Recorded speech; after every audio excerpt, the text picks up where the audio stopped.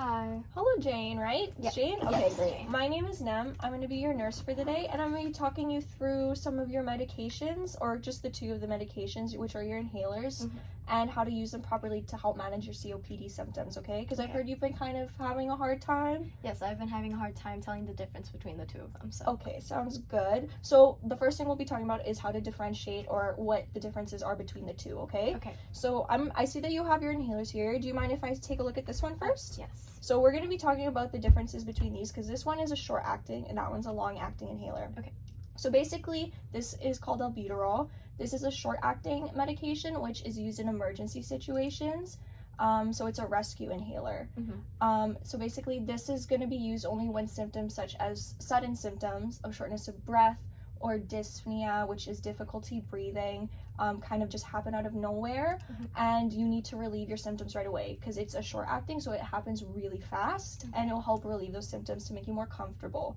So what that means is you shouldn't be using this every day, only in those emergency situations. Okay. Otherwise, it can cause some side effects like angina, which is chest pain, or things really serious like seizures. Okay? So that's your albuterol. And before we get on into the next medication, do you want to kind of repeat back what I just told you? Okay, so this one is a rescue one, and I only use it in emergencies and when I really need to. And if I use it way too much, I can have some side effects to it. Okay, great. That's perfect. Perfect explanation. So I'm going to switch inhalers with you so I can go over this one. This purple one is called your tiotropium. This is a long-acting inhaler, which means it's your maintenance inhaler. So it's pretty much the opposite of the albuterol in a sense, is that you have to take this one every day to help manage the symptoms, kind of prevents the shortness of breath and the difficulty breathing as much as possible. Does that kind of make sense? Yes. So that means even on the days that you don't feel like you're feeling any symptoms, you still have to take this because this is what's helping that. Okay? Yeah. So kind of like you did for the albuterol, do you mind repeating back what you just said to me? Yes. I mean, what I just said to you? Okay, yes. So this one's a maintenance one, and I use it to maintain my symptoms. And I have to use it every single day, even if I feel fine. Okay, great. Yeah. Okay, great. You're doing a good job. So what I'm going to do now that you can tell the difference, now we need to know how to use them, right? Yes. Okay, so I'm going to take one of them from you just so I can demonstrate how to use them. So these type of inhalers are called metered dose inhalers, or MDIs, but that's not that important. What's more important is how to use them. So what you're going to do is you're going to take off the cap when you're about to use it, put that aside, and you're going to hold it with your two first fingers on the top of the canister and then your thumb on the bottom. And what you're going to do is you're going to put your mouth around the seal here. I'm not going to do it because it's yours. You're going to put your mouth on it and close your lips.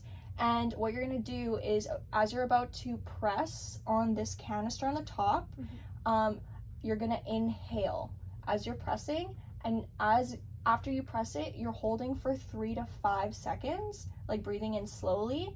And then after that, you're going to try and hold your breath for up to 10 seconds. Okay. And if you need to give yourself more than one dose, wait 1 minute between each one, okay? Yeah. All right. So kind of like how we did with the differentiating the medications, I want you to kind of demonstrate it back to me to see if you know how to do it. Okay, so I take the mouthpiece off and then I put it up to my mouth, but I hold it like this, right? So then I tilt my head back a bit and then I press it and then I inhale slowly for 3 to 5 seconds and then I try to hold my breath for 10 seconds. Then if I need to use it again, I have to wait 1 minute. Okay, great. That was a perfect job and perfect explanation and demonstration. Okay, I'll give this back to you. So now we've covered everything that you've kind of been struggling with, which is knowing the difference between your inhalers and when to use them and how to use them. So now you have the skills and knowledge, but do you need me to clarify anything that we've talked about, or do you have any questions about anything? No, not really. You really clarified things for me. Okay, great. So that means now you have everything that you need. However, I did bring a brochure, like a little pamphlet for you, just in case you ever forget how to properly use the inhaler, just because there was a lot of information today. So it's just kind of a reminder, and it goes through all the steps that I went through with you.